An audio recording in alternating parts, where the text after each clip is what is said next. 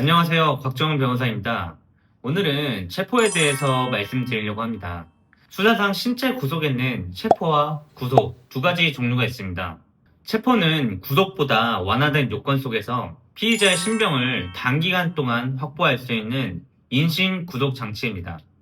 체포는 총 세 가지 종류가 있는데요.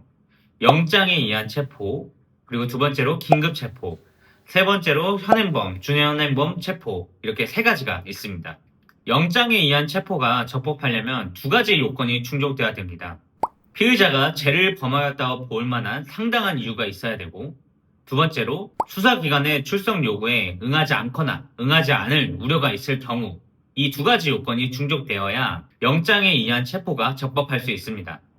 보통 수사기관 측은 이 두 번째 요건인 수사기관 측에서 출석을 요구했을 때, 응하지 않을 때, 또는 응하지 않을 우려가 있을 때 체포영장을 청구하는 편입니다. 이러한 체포영장의 집행은 원칙적으로 체포하기 전에 피의자에게 체포영장을 사전 제시하고 그 다음 미란다 원칙을 제시한 후에 체포의 집행이 이루어지게 됩니다.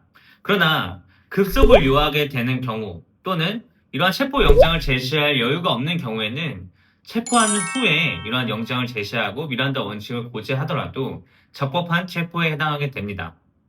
다만 이러한 긴급한 사정이 없음에도 불구하고 우선 체포한 후에 체포영장을 제시하는 것은 위법한 체포에 해당하게 됩니다.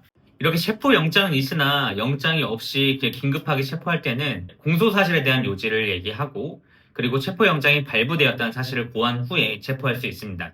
이렇게 체포한 후에는 피의자 또는 피의자가 지정하는 변호인, 직계가족, 배우자 등에게 체포적부심사권 등이 있다는 것을 통지해야 합니다. 체포적부심사권은 뭐냐면 이 체포가 적법한지 여부를 법원에 심사 청구하는 건데요.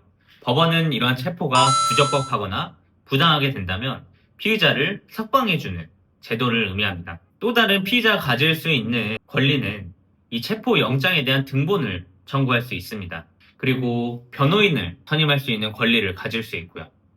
이렇게 영장에 의한 체포가 이뤄진 후에 계속된 구속을 요청하려면 48시간 이내로 구속영장을 청구해야 합니다. 체포가 된 이후에 체포적부심 심사를 보통 청구하지 않는 편인데요. 그 이유는 체포적부심을 청구하면 접수되고 그 다음에 다시 검찰 측에 반환될 때까지의 시간이 이 48시간 내에 산입되지가 않습니다. 그렇기 때문에 체포 기간이 더 길어질 수 있다는 그런 단점도 충분히 존재할 수가 있고요. 물론 이 48시간이 48시간 동안 아무런 혐의점이 없는 피의자를 잡아줄 수 있는 권한을 의미하는 것은 아닙니다. 범죄 혐의점이 없다면 즉시 석방해줘야 되는 것이 경찰의 의무고요. 다만 이러한 구속영장을 청구한 이후에는 구속영장에 대해서 발부를 할 때 영장실질심사를 거치게 되는데요. 이때 구속영장 발부가 과연 적법한지 부적합한지에 대해서 피의자가 자기의 의견을 주장해서 그 구속영장 발부가 적법하지 않다는 것을 주장해 볼 수 있습니다. 두 번째로 체포의 종류 중에는 긴급체포가 있습니다.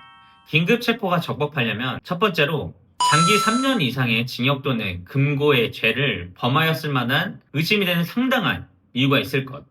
두 번째로 증거인멸 우려가 있을 것. 세 번째로 도주 또는 도망칠 염려가 있을 것. 그리고 네 번째로 긴급성을 요할 것. 이 네 가지 요건이 있어야 이 긴급체포가 적법하게 됩니다. 이 중에 하나라도 갖추지 못할 경우에는 그 체포는 위법한 체포에 해당하게 됩니다. 긴급체포의 경우 특수하게 긴급체포 당한 피의자가 소유 또는 소지, 보관하고 있는 물품에 대해서 영장 없이도 24시간 이내로 압수, 수색, 검증이 가능합니다. 이렇게 압수한 물품에 대해서 계속 압수할 필요가 있을 때에는 48시간 이내로 압수수색 영장을 청구해야 됩니다. 다만 이러한 긴급체포 같은 경우에는 영장 없이 이루어지는 거기 때문에 인권침해 요소가 상당히 큽니다. 따라서 긴급체포한 후에 12시간 이내로 그 긴급체포 승인에 대한 요청을 검찰 측에 해야 되는데요. 만약 검찰 측에서 불승인하는 경우에는 즉시 경찰 측에서는 피의자를 석방시켜줘야 합니다. 그 외에 체포적부심권이 있다는 거, 그리고 변호인 간의 접견이 가능하다는 거, 그리고 진술거부권이 있다는 것 등 이 모든 것들은 앞에 사전 영장에 의한 체포와 동일합니다. 세 번째로 현행범 체포가 있습니다. 이러한 현행범 체포는 말 그대로 피의자가 범죄 중이거나 아니면 범죄 직후인 경우에 누구든지 체포가 가능한 것을 현행범 체포라고 말합니다.